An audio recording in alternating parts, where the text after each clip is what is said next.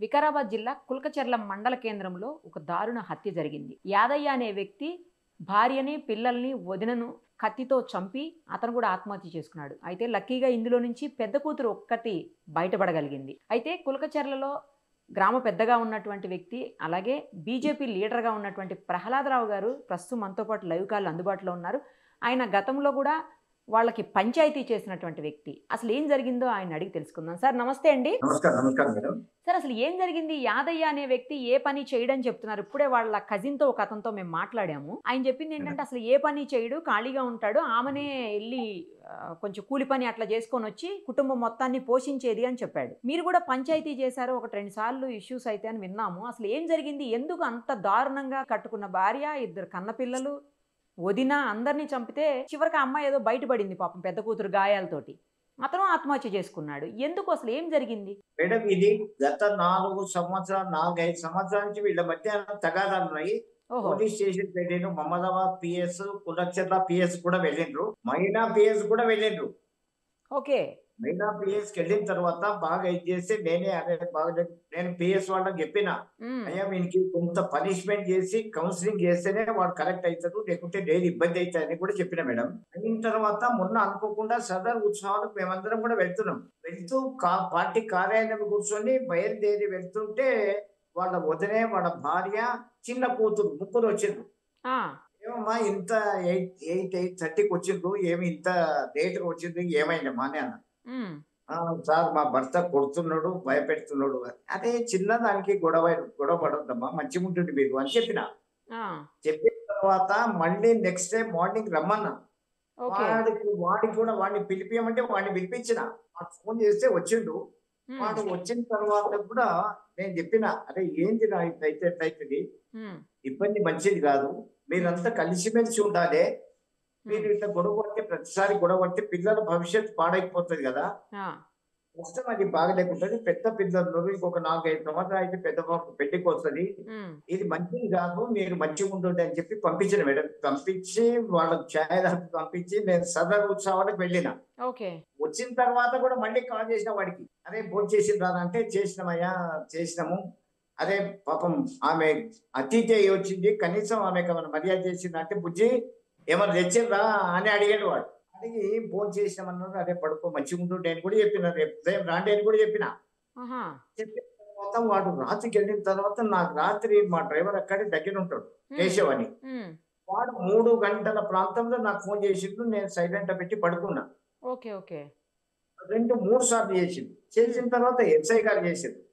హ్మ్. అదే ఇది ఏంటి అనేది నాకు అర్థం కాక మా డ్రైవరే ఏమన్నా చెప్పకుండా తీసుకుపోయి జీప్ ఎక్కడన్నా గుద్దిండా ఏం చేసిండా అని నాకు అనుమానం వచ్చింది. అనుమానం వచ్చిన తర్వాత నేను మళ్ళీ ఎస్ఐ గారికి చేసిన. ఫోన్ చేసి కేశవ్ ఛార్జింగ్ పెట్టి అక్కడ ఇన్సిడెంట్ జరిగిన ప్లేస్‌లో పెట్టిండు. నేను ఎస్ఐ గారికి చేసిన. చేస్తే అన్న ఇట్లా అయింది. అసలు ఏమైంది ఏం కథ అర్థమైతలేదు. పూర్తిగా అందరిని చంపేసిండ్రు అని. ఓకే. అదే పాపం అని చెప్పి నేను వెళ్ళమనే లోపు డెడ్ బాడీలు పరిగికి తీసుకుపోయినా అని చెప్పాను. నేను హ్మ్. సిఐ గారితోని, డీఎస్పీ గారితోని కూడా మాట్లాడినా. ఏదో ఒకటి ఇది కావాలి, ఏం చేస్తున్నారు? నాకు వాళ్ళ బంధువులందరూ వచ్చిండ్రు. జూలపల్లి వాళ్ళు. వాళ్ళందరూ వచ్చి అయ్యా మాకిట్లా చెప్పకుండా డెడ్ బాడీ తీసుకుపోవటం తప్పు కదా! అది ఇది అంటే, అయ్యా వద్దు బాలేకుంటది, గొడవ పెట్టుకోకండి. హ్మ్. ఇన్సిడెంట్ జరిగింది ప్రత్యక్షంగా అర్థమైతున్నది. అదే. అదే. ఆ పాప అందరిని చంపిన తర్వాత ఆ పాపని చంపుదామని కూడా ప్రయత్నం చేసిండు వీడు. ఈ పాపం ఏదో పారిపోయి ఇక్కడ 108 వాళ్ళకి ఫోన్ చేసింది. 100కి డైల్ చేస్తే పోలీసు వాళ్ళు వచ్చిండ్రు. అంత లోపలనే అందరు పోలీసు వాళ్ళు వచ్చి ఇది చేసి డెడ్ బాడీలని మార్చరీకి తీసుకెళ్ళిండ్రు. ఓకే. ఎలా తప్పించుకుందండి ఆ పిల్ల ఒక్కతి? ఆ పిల్ల తప్పించుకున్నది. మొత్తానికి ఆ పిల్ల స్పృహ తప్పి పడిపోయింది. స్పృహ తప్పి పడిపోయి మెల్లగా బయలుదేరి పక్కకెళ్ళిపోయింది. పక్కకెళ్ళిపోతూనే నయం వాళ్ళంతా కూడా కొంత కాపాడి 100కి ఫోన్ చేసి అంటే అర్ధరాత్రి పోలీసోళ్ళు పూట కదా! పగలైతే ఎలాగోలా తప్పించుకోవచ్చు. అర్ధరాత్రి కదా జరిగింది ఈ ఇన్సిడెంటు. ఆ గోడ కాంపౌండ్ వాల్ దిగిపోయింది. నాకు అనుమానం ఏమొస్తుంది వీడు ఇట్లా చేస్తుందంటే, హ్మ్. వీడికి ముందు నుంచి కూడా ఆలోచన ఉన్నది. ఓహ్! మళ్ళా వీడు వాళ్ళందరిని చంపి పారిపోదామని ఆలోచన చేసిండా, ఏం చేసిండో గానీ లగేజ్ అయితే రెడీగా ఉన్నదట. మళ్ళీ తనని తాను కూడా ఆత్మహత్య చేసేసుకున్నాడుగా మళ్ళీ మరి. వాడు భయానికి ఆత్మహత్య చేసుకున్నాడా, ఏం చేసుకున్నాడు కానీ వాడు కూడా సూసైడ్ అదే. ఆ! చేసుకున్నాడు. అదే. హ్యాంగింగ్. అదే. ఏం చేస్తాడండి? అసలు ఏం చేయడంటున్నారు నిజమేనా? వాడు వాస్తవంగా కూడా ఒక్క దగ్గర నిలకడగా ఎక్కడ కూడా పనిచేయడు. నిలకడగా ఎక్కడ కూడా పాపం భార్య ఏదో వాస్తవంగా చెప్పాలంటే భార్య కూడా వీక్, ఫిజికల్ గా ఆమె చాలా వీక్.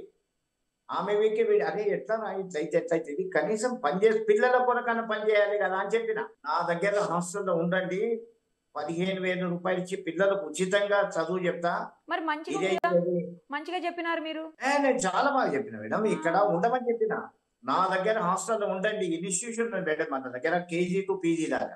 అరే ఇక్కడ హాస్టల్లో ఉండండి, విద్యార్థులు ఉంటారు, కనీసం వాళ్ళకు ఏదన్నా ఇదేంటి మీరు ఉంటే వాచ్మెన్ దాకా ఉంటుంది, ఇక్కడనే ఉండండి అని కూడా చెప్పిన.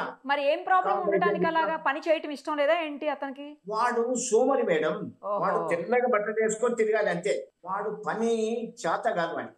ఈమె ఉన్నదంటే పాపం భార్య ఏదో పత్తి చేనుకు కలవటానికి వెళ్తుండే. అయితే పాపం ఆమె కూడా ఫిజికల్ గా చాలా వీక్, చాలా వీక్. అదే ఆమె మీద ఏమన్నా అనుమానం ఉండేదా అండి ఇతనికి? ఇక అనే అంటారు మేడం అది, కానీ పాపం ఆ పాప మాత్రం అట్లాంటిది కాదు మేడం. అదేలేండి, ఆ పాప మాత్రం అంట కాదు, ఎందుకంటే పాపం ఉన్నాయం చనిపోయినాం, కానీ ఆ పాప అట్లాంటిది కాదు, చాలా సిన్సియర్ గా ఉంటుండే ఎక్కడ పోయినప్పుడు. తల్లిదండ్రులు లేరా అండి ఇద్దరికిను? ఆ అమ్మాయికి ఒక్కళ్ళ తల్లి ఉన్నారని వింటున్నాము. ఆ అమ్మాయికి వాళ్ళ తండ్రి ఉన్నప్పుడు తండ్రి తల్లి అన్న అందరూ వచ్చి నా దగ్గరికి గత 4 సంవత్సరాల క్రితం. అప్పుడు కూడా చెప్పినాను నేను, అయ్యా మంచిగా ఉంటుంది అని.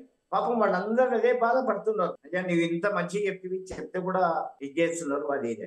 తల్లిని మాత్రం వాడు పని చేయడు మేడం, వాస్తవంగా కూడా చాలా సోమరి, చాలా అంటే చాలా సోమరి. వానికి పని చేత కాదు, బట్టలు వేసుకొని చిన్నగా బండి బైక్ కావాలి లేకపోతే ఇంకేమో కావాలి అని ఆలోచిస్తాడు, కానీ నేను ఎట్లా నా పిల్లల భవిష్యత్తు ఎట్లా అనేది వానికి ఆలోచన లేదు. ఇప్పుడు ఆ పాపని తర్వాత మీరు మాట్లాడారండి అమ్మాయి తోటి, కూతురుతో, పెద్ద కూతురుతో? నేను మాట్లాడలేదు మేడం, ఆమెను మా పాపను హాస్పిటల్ తీసుకెళ్ళాను మామూలు. అవును వాళ్ళ పేరెంట్స్ వాళ్ళ తల్లి మిగతా వాళ్ళందరూ వచ్చి పాపం ఏడ్చారు. నెక్స్ట్ డే మార్నింగే నా దగ్గరికి వచ్చారు.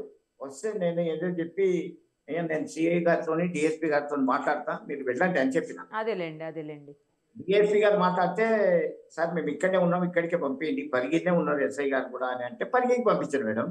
వాస్తవంగా వాడు మాత్రం సోమరి మేడం, పని చేత కాని వాడు. ప్రహ్లాదరావు గారు, ఎలాగో మీకు ఇన్స్టిట్యూషన్స్ ఉన్నాయి, వీలవుతే ఆ పాపకి ఫ్రీగా ఎడ్యుకేషన్, ఆ పాప భవిష్యత్తు గురించి ఒక్కసారి ఆలోచన పెట్టండి, దృష్టి సారించండి.